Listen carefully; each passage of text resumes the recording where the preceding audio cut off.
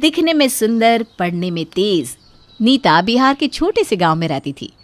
उसका सपना देश का बड़ा अधिकारी बनना था, लेकिन उसके पिता के पास इतने पैसे नहीं थे। नीता बेटा, जा बड़े साहब के घर ये चाबी दे दे, बोल दे पापा काम पर नहीं आएंगे। क्या है पापा, काम पर नहीं जाओगे तो पैसे कैसे आएंगे? आपको पता है ना मुझे किताब खरीदनी है। अरे सारी रात तेरे पापा जगे थे, पेट दर्द के कारण उनको नींद नहीं आई, अब क्या काम करेंगे। अरे कोई बात नहीं, एक दिन ना गए तो आराम करिए जी। आराम करिए जी, जानती हो रोज के पैसे काट लेते हैं ये लोग। लाओ चाबी। नीता चाबी लेकर मालिक के घर जाती है, जहाँ दरवाजे में एक लड़का खड़ा होता है। लता के सर पर पेंसिल लगी होती है और वो बड़बड़ किए जा रही थी। ओए कन्या, कहाँ, कौन हो? कलेक्टर हूँ इस जिले की, बोलो क्या काम है? माँ देखो तो हम लोगों के घर डीएम मैडम आई है। सुंदर सी नीता लड़की की बात से डर जाती है और जल्दी से चाबी उसके हाथ में देकर भाग जाती है। शाम को नीता के घर मालकिन आती है, साथ में होता है वो लड़का। अरे मालकिन, आप कैसे आना हुआ? चाबी तो नीता के हाथ से भिजवा दी थी। हम तुम्हारी नीता को लेने आए हैं। इससे मिलो, ये है राजेश, मेरा बेटा। जानते तो हो इसे तुम्हारी नीता पसंद है, तुम भी मिल लो। अगर ठीक लगता है तो रिश्ता कर देते हैं बच्चों का। नीता के पिता के आंख में आंसू आ जाते हैं। कैसी बात कर रही है मालकिन, गरीब के घर इतना बड़ा रिश्ता, मेरी बेटी के तो भाग्य ही खुल गए। नीता राजेश को देखती है और वहाँ से चली जाती है। चल देख, मालकिन आई है, थोड़ी देर बैठ ले उन लोगों के पास। नीता जाकर बैठती है। नीता ने कभी शादी को लक्ष्य रखा ही नहीं था। उसे तो लगता था कि शादी करके लड़कियों का जीवन खराब हो जाता है। नीता, तुमको राजेश पसंद तो है ना? अरे कैसे बात कर रही है मालकिन, बोलिए कब करवानी है शादी? शादी का नाम सुनते ही नीता वहाँ से उठ जाती है। राजेश उसके पीछे जाता है। क्या बात है नीता, मैं तुम्हें पसंद नहीं हूँ या तुम कहीं और शादी करना चाहती हो? अगर ऐसी कोई बात है तो मुझे यही बता दो, कोई बात नहीं। नहीं, ऐसी कोई बात नहीं है। मैं कहीं शादी नहीं करना चाहती हूँ। वो क्या है ना, मैं पढ़ना चाहती हूँ, मैं पढ़ाई नहीं छोड़ना चाहती। मुझे कलेक्टर बनना है। कलेक्टर? लेकिन उसके लिए तो बहुत मेहनत करनी पड़ती है, शादी के बाद कैसे मैनेज करोगी? इसीलिए तो शादी नहीं करना चाहती हूँ। लेकिन मैं ये भी जानती हूँ कि मेरे माता पिता इतना खर्च नहीं उठा सकते। तो फिर अब क्या करोगी? देखो, शादी करने का मन है तो मैं हूँ, लेकिन पढ़ाई लिखाई। क्यों, पढ़ाई नहीं कर सकती क्या मैं शादी के बाद? तुम तो दिल्ली में अकेले रहते हो ना, मैं तुम्हारे साथ रहूँगी और पढ़ाई भी करूँगी। जब तुम काम पर जाओगे तो मैं पढ़ाई करूँगी। राजेश को भी नीता की बात ठीक लगती है, वो मान जाता है और घर वालों को भी कह देता है कि वो नीता को अपने साथ दिल्ली में रखेगा। दोनों की शादी तय हो जाती है। लता, तू तो बड़ा पढ़ाई करती थी, अब क्या हुआ? हुआ क्या, बड़े घर का रिश्ता आया, सारे सपने खत्म। अरे पैसे के लिए अफसर बनना था, अब तो पैसे वाला पति मिल गया तो क्यों करे पढ़ाई, क्यों? बस तुम लोगों की सोच और मेरी सोच में यही फ़र्क है। तुम लोगों को बस इतना ही पता है, अरे मैं पढ़ाई के लिए ही शादी कर रही हूँ। दिल्ली में रहता है, कमाता है, पैसे वाला है, बस मैं इसके पैसे से अफसर बनूंगी और इससे ज़्यादा कमा कर दिखाऊंगी। फिर सहेलियाँ लता की बात से डर जाती हैं। क्या मतलब? फिर तुम राजेश को छोड़ दोगी? अरे नहीं, पागल है क्या? मजाक कर रही हूँ। मैं कहाँ पढ़ाई करूँगी, मैं तो दिल्ली दर्शन करूँगी। लता के मन में क्या चल रहा था कोई नहीं जान पा रहा था।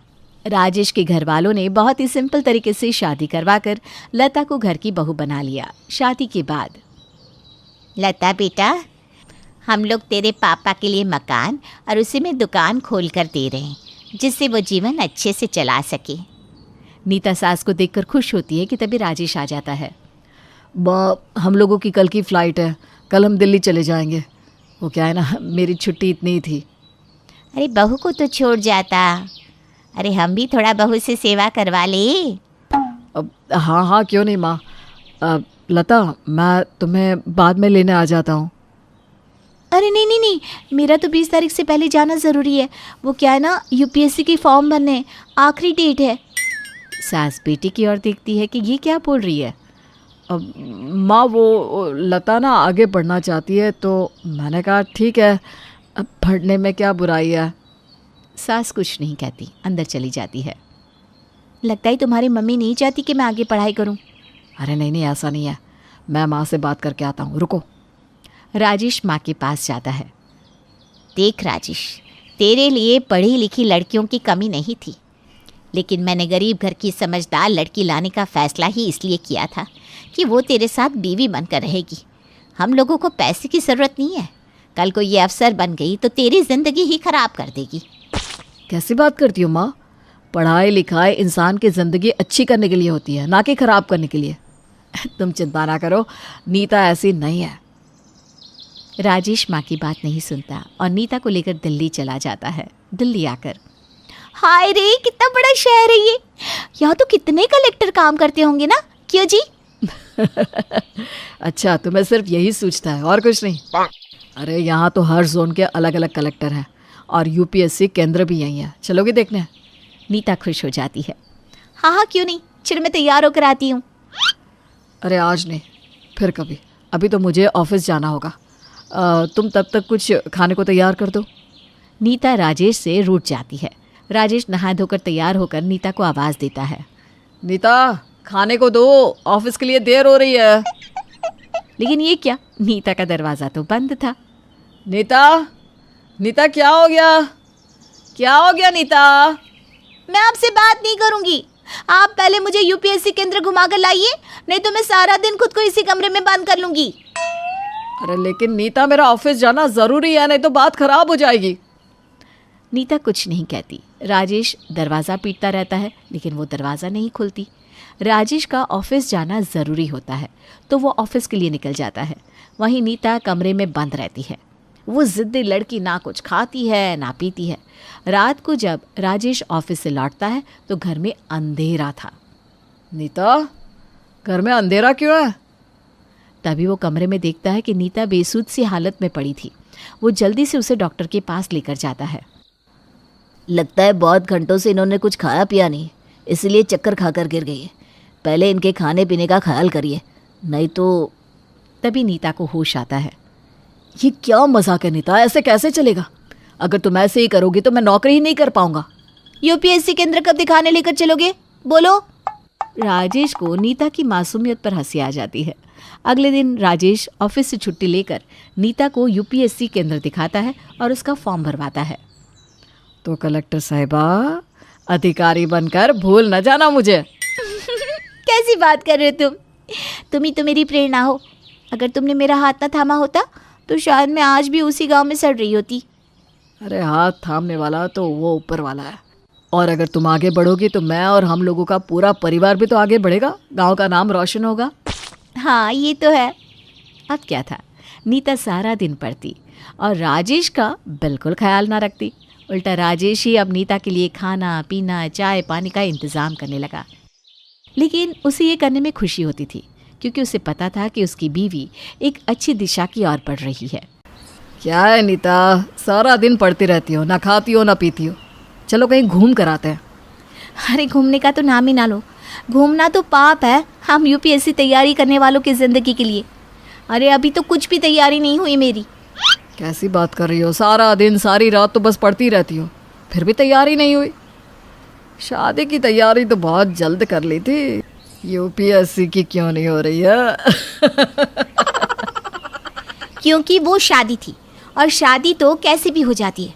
शादी में कौन सी बड़ी बात है। फिर तुम लोग इतने सिंपल तरीके से शादी करके लाए हो मुझे। हाँ, हम नहीं चाहते थे कि तुम्हारे पापा के पैसे लगे, ठीक है ना? पर मेरा भी तो मन करता है कि मैं अपने दूसरे दोस्तों की तरह शादी के मज़े लूँ, बीवी के साथ घूमूं फिरूं। प्लीज़ हाँ, मैं वो वाली बीवी नहीं हूँ, मुझे तो पढ़ने दो बस। यार चलो ना, मौसम कितना प्यारा है। हाँ, तो इसी बात पर अदरक वाली 2 प्याली चाय ले आओ, दोनों यहीं बैठकर पीते हैं। और जल्दी करो क्योंकि अभी बहुत पढ़ाई बाकी है। राजेश अपने सारे अरमान को साइड में रखकर नीता को पढ़ाई में मदद करता। लेकिन फिर एक दिन, नीता मैं एयरपोर्ट जा रहा हूँ, माँ आ रही है आज। आज आ रही है? मुझे तो किसी ने नहीं बताया। अरे तुम पढ़ रही थी ना, मैंने कहा तो था कि माँ आना चाह रही है, बहुत दिनों से वो हम लोगों से मिली नहीं ना, इसलिए। अरे आना चाहती है और आ रही है, इसमें फ़र्क होता है ना। अरे यार, मैं पढ़ाई करूं या मेहमान नवाजी, इसलिए शादी थोड़ी ना की थी। अब राजेश को नीता की बात पर गुस्सा आ जाता है। मैं एक काम करता हूँ, तुम्हें बस में बिठा देता हूँ, कुछ दिन अपने माता पिता के पास रह लो, और हाँ, ये सारी कॉपी किताब ले जाना, वो क्या है ना, वहाँ पढ़ने में काम आएगी। मैं क्यों जाऊँ? क्यों जाऊँ? ये मेरा घर है, बीवी हूँ मैं तुम्हारी, समझे? हक बनता है मेरा कि मैं यहीं रहूँ। रहना है तो रहो, लेकिन माँ को कोई दिखावा या नौटंकी मत दिखाना, नहीं तो वो मुझे बर्दाश्त नहीं होगी। नीता को गुस्सा आ जाता है, लेकिन वो शांत हो जाती है। राजेश की माँ आती है तो नीता घर के कपड़ों में खड़ी होती है। ये क्या पहना है नीता? पजामा और टी शर्ट। वो क्या है ना, दिल्ली में सब यही पहनते हैं और यही ठीक रहता है, मैं इजी फील करती हूँ। तुमको देखकर लग नहीं रहा कि ये वही नीता है जिसे मैं बचपन से देखा करती थी? पैर तो छूना बनता है ना नीता सास के। हाँ, वो क्या है ना, आपने आते ही सवाल जवाब शुरू कर दिए तो। ये बोलकर नीता सास के पैर छूती है। नीता, माँ के लिए चाय तो बना कर लाओ पहले। चाय? मैं? कैसी बात कर रहे हो? माँ के सामने तो सच बोलो। माँ जी, मैंने ना कभी चाय नहीं बनाई, यही बनाते सब। आज क्या हो गया? जाओ बना लो चाय। सास को गुस्सा आ जाता है। वो नहीं बनाएगा, तुम बनाओगी। और हाँ, अब मैं यहीं रहूँगी हमेशा के लिए। तो रहिए ना, कौन मना कर रहा है? माँ आप बैठिए, मैं चाय लाता हूँ। नहीं, तू बैठ, मैं पिलाती हूँ। और हाँ, कोई अच्छी सी नौकरानी देख जिसे हम घर पर काम के लिए रख लें। नौकरानी क्यों? हम लोगों के घर नौकर नहीं रखे जाते। नौकर नहीं रख सकते क्योंकि तुम लोग खुद हम लोगों के घर नौकर थे। बाकी ये मेरा घर है, यहाँ नौकर जाकर काम करेंगे, समझी? नीता अब सास से डर जाती है।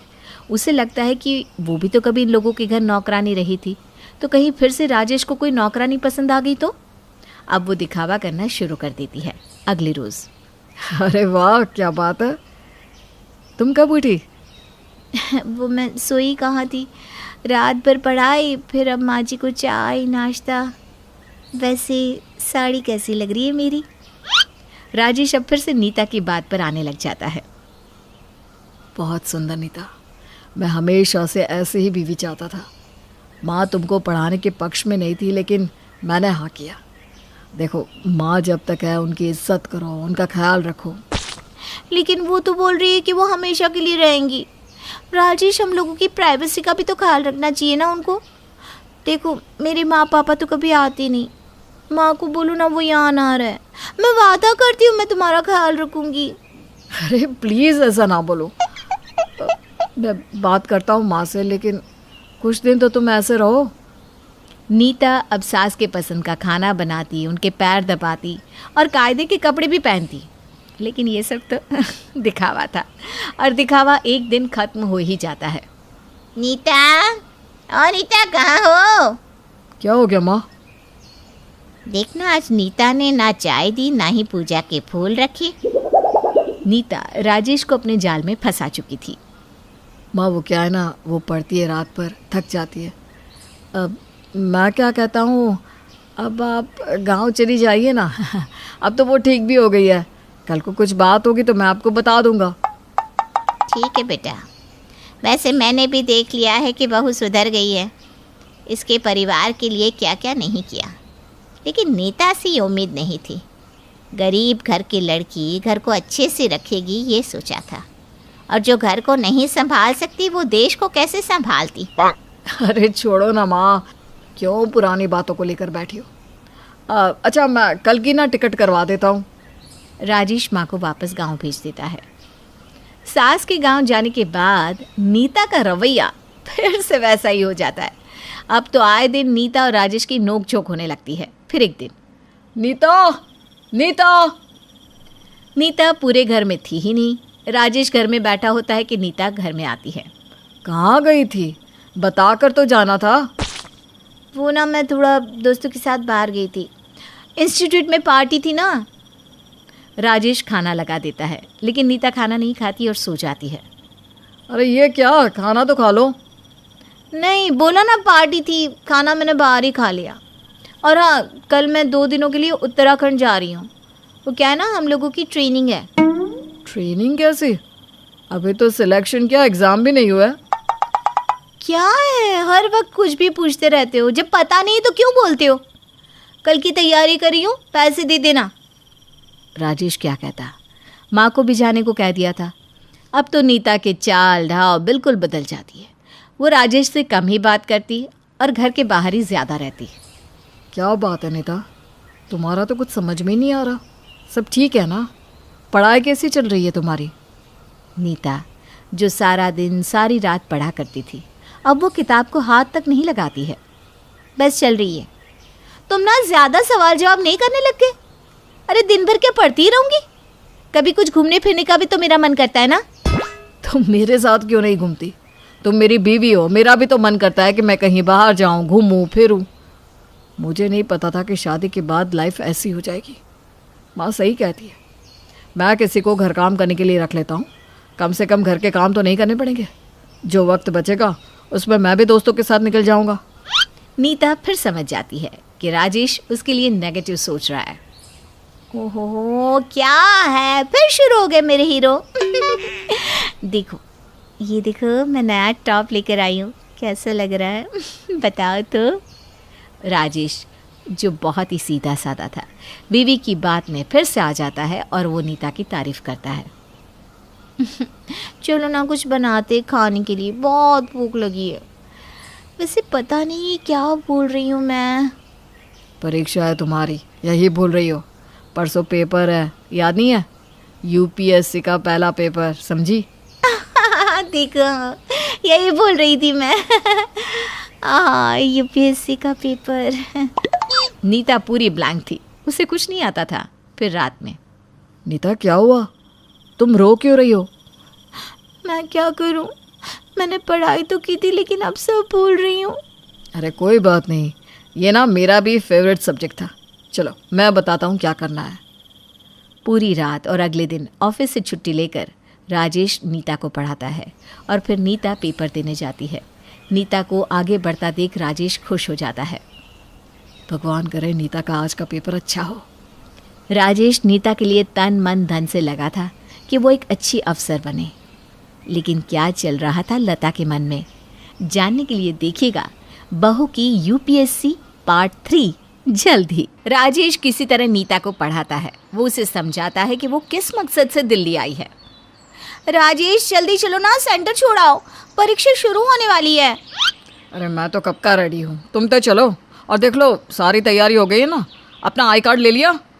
ओहो, सही याद दिलाया, आई कार्ड लेना ही भूल गई थी। राजेश फिर से ऑफिस से छुट्टी लेता है। वो नीता को परीक्षा हॉल में छोड़कर बाहर ही बैठ जाता है। नीता तो 3 घंटे में निकल ही आएगी, मैं यहीं उसका इंतज़ार करता हूँ। उसको लेकर घर चला जाऊँगा, वैसे भी ऑफिस से तो छुट्टी है। नीता काफ़ी देर बाद बाहर निकलती है। सारे बच्चे चले जाते हैं। राजेश काफ़ी देर तक नीता का इंतज़ार करता है। काफ़ी देर के बाद जब सेंटर पूरा खाली हो जाता है तो वो बाहर निकलती है और साथ में होता है एक लड़का। मेरा पेपर तो बहुत अच्छा हुआ, तुम्हारा कैसा रहा? तुम्हारा अच्छा था तो समझो मेरा भी अच्छा ही रहा। Okay Neeta, bye, will miss you. Neeta लड़के को देखकर मुस्कुरा रही थी कि वहाँ राजेश आ जाता है। नीता, मैं कब से तुम्हारा इंतज़ार कर रहा हूँ, कहाँ रह गई थी? नीता, ये कौन है? मैं इसका पति हूँ, बीवी है ये मेरी। क्यों, बताया नहीं? What? You are married? Shit! पहले क्यों नहीं बताया? नहीं नहीं, ऐसा नहीं है, मतलब कि वो। क्या कैसा नहीं है नीता? कोई बात है क्या तुम दोनों के बीच? है तो नहीं, लेकिन होने वाला था। Thanks bro. लड़का वहाँ से चला जाता है और राजेश भी नीता को छोड़कर घर आ जाता है। नीता बीच में खड़ी सोचती है कि वो कहाँ जाए। काफ़ी देर बाद जब वो घर आती है तो क्या जरूरत थी आज सेंटर में तमाशा करने की? अरे ये क्या तरीका है राजेश तुम्हारा? मेरा तरीका? हाँ, और तुम्हारा तरीका ठीक है। देखो नीता, मैं साफ बोल रहा हूँ, ये सब मुझे पसंद नहीं, समझी? शादी को सीरियसली निभाना है तो ठीक है, नहीं तो मम्मी पापा से बात कर लो। नीता रोने लगती है। उसे लगता है कि राजेश जो उसके पीछे पागल था वो कैसे बात कर रहा है। कैसे बात कर रही हो जी? मैं सीरियस नहीं हूँ क्या आपके लिए? राजेश फिर से नीता की बात में आ जाता है, लेकिन इस बार नीता पर उसे कम विश्वास होता है। माँ सही कहती थी, इसे पढ़ाना नहीं चाहिए था। लगता है मैंने खुद के पैर पर खुद ही कुल्हाड़ी मार ली है। सुनो, खाने में क्या बनाऊं? मुझे भूख नहीं है, तुम खा लो। ठीक है, मैं खा लेती हूँ। अभी रो रही नीता तुरंत हंसने भी लगती है। अब राजेश को नीता के प्रति स्नेह कम हो जाता है। अगले रोज राजेश चाय बनाकर आराम से बालकनी में बैठा होता है तो वो देखता है कि जो लड़का कल नीता के साथ था वो उसके घर के नीचे टहल रहा है। तभी राजेश की नज़र अपने बेडरूम की खिड़की पर पड़ती है, जहाँ नीता खड़ी होती है और दोनों बात कर रहे होते हैं। ओह, तो मेरे आ जाने के बाद नीता ये खिचड़ी पका रही थी। माँ तो बिल्कुल सही थी, लेकिन अब क्या करूं? अगले रोज नीता का पेपर होता है। वो नहा धोकर तैयार होकर बाहर आती है तो सामने राजेश नहीं था। राजेश कहाँ गए? क्या है यार, कहाँ चले गए? लेकिन ये क्या, राजेश तो पूरे घर में नहीं होता है।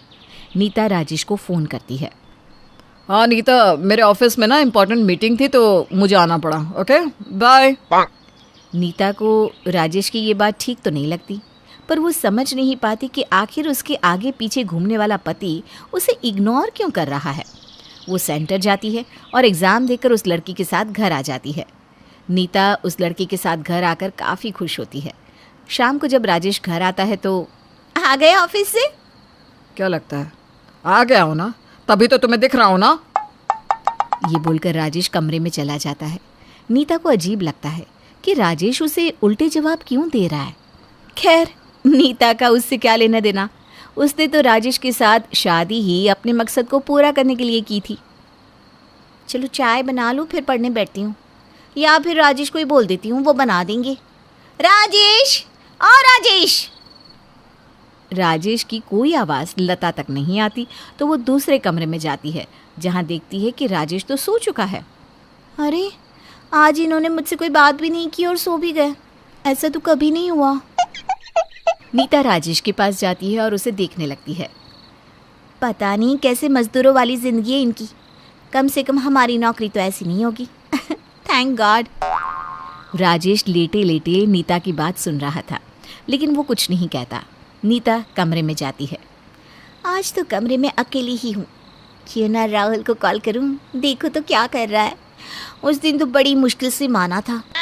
नीता रात भर पढ़ने के बदले राहुल से बात करती है और सुबह सो जाती है। राजेश उठता है और खुद का नाश्ता बनाकर चला जाता है। नीता देर से उठती है और किचन में जाती है तो उसे कुछ भी खाने को नहीं मिलता। यार क्या हो रहा है? मैंने किस मुहूर्त में इस बेवकूफ़ से शादी कर ली? शिट। कल सारी रात राहुल से बात करके मज़ा आ गया। कल पेपर भी है, वो मिलेगा सेंटर में। हाय रे, मैं तो उससे मिले बिना रह ही नहीं पा रही हूँ। कितना अच्छा होगा अगर हम दोनों डीएम बन जाएं। मैं तो राजेश को तुरंत छोड़ दूंगी। स्वार्थी नीता की मंशा को राजेश समझ चुका था। वो उससे दूरी बना लेता है। राजेश की नज़र में कभी नीता का कोई मैसेज आ जाता तो कभी राहुल से हंस कर बातें करती नीता दिख जाती है। खैर, वो दिन भी आ जाता है जब नीता के सारे पेपर ख़त्म हो जाते हैं और वो फ्री हो जाती है। फिर राहुल, सॉरी राजेश।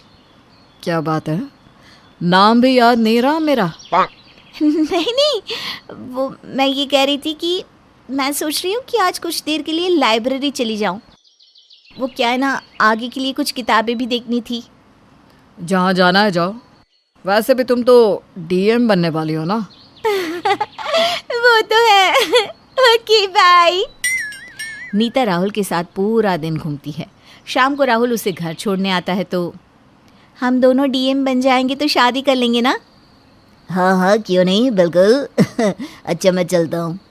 मैं तो राजेश को साफ कह दूंगी कि भाई अब जल्दी हम दोनों के रास्ते अलग हो रहे हैं। तलाक के पेपर ही भेज दूंगी मैं उससे। राहुल कुछ नहीं कहता और चला जाता है। नीता भी वकीलों से मिलकर तलाक के पेपर तैयार करा लेती है और राजेश से अब वो तलाक लेना चाहती है। राजेश को भी लता के चाल चलन के बारे में पता रहता है तो वो भी उसे नहीं रोकता। अच्छा ही हुआ बेटा, ये देख, ये लड़की कैसी है, तेरी शादी मैं इससे करवाना चाहती हूँ, ठीक तो है ना? राजेश माँ के कहने पर दूसरी शादी कर लेता है। राजेश की दूसरी बीवी पढ़ी लिखी, सुंदर और घर के काम में भी बहुत अच्छी होती है। थैंक्स मेरी ज़िंदगी में आने के लिए।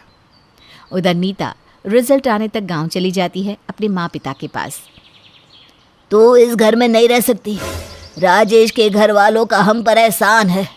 हाँ, तो मैं भी इस सड़े गांव में रहने नहीं आई हूँ। रिजल्ट आते ही मैं डीएम बन जाऊंगी और शहर चली जाऊंगी अपने राहुल के पास। नीता का रिजल्ट आ जाता है।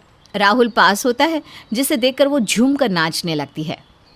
क्या हुआ नीता बिटिया, तो पास हो गई? सुना जी, लड़की हमारी डीएम बन गई। अरे हाँ, मैंने तो अपना रिजल्ट देखा ही नहीं। नीता आगे देखती है, लेकिन ये क्या, वो तो फेल हो जाती है। वो परेशान होकर रोने लगती है। तेरे साथ यही होना था। जीत सिर्फ मेहनत से ही नहीं, अच्छी मंशा से भी हासिल होती है। मैं डीएम ना बन पाई तो कोई बात नहीं, लेकिन डीएम की बीवी तो मैं फिर भी बन ही गई हूँ। वो राहुल को फ़ोन करती है और उसे बधाई देती है। राहुल, मैं कब आऊँ? हम ना कोर्ट मैरिज ही कर लेंगे। नीता, मैं किसी ऐसी वैसी लड़की से शादी नहीं करूँगा। जो लड़का तुम्हें फर्श से अर्श तक लेकर गया, तुम उसकी तो हो ना सकी, किसी और की क्या खाक होगी। और मैं अब डीएम बन रहा हूँ। तुम्हारे जैसी लड़की, वो भी तलाकशुदा, मैं तो कभी ना करूँ शादी, रहो वहीं गांव में। अब नीता को अपनी गलती का एहसास होता है। वो रोती हुई राजेश के घर जाती है। माँ जी, मुझे माफ़ कर दीजिए, मुझसे गलती हो गई। राजेश को बोलिए ना मुझे फिर से अपना ले, मैं वादा करती हूँ मैं अच्छे से रहूँगी। चल भाग यहाँ से, और राजेश का नाम अपनी गंदी ज़बान से लेना भी मत। ये देख, राजेश की दूसरी शादी हो गई है। वो दिल्ली में बड़ा घर भी खरीद रहा है। अरे खूब तरक्की कर रहा है वो। तू जा, अब जहाँ जाना है जा। नीता राजेश को किसी और के साथ देखकर रोने लगती है। मैं राजेश को किसी और के साथ तो सोच भी नहीं सकती। फिर ये सोच, राजेश ये जानते हुए भी कि तू किसी और के साथ घूमती है, कैसे तेरे साथ उस घर में रहता था। जा अब यहाँ से। नीता वहाँ से चली जाती है, लेकिन उसे अपने कर्मों का फल मिल गया।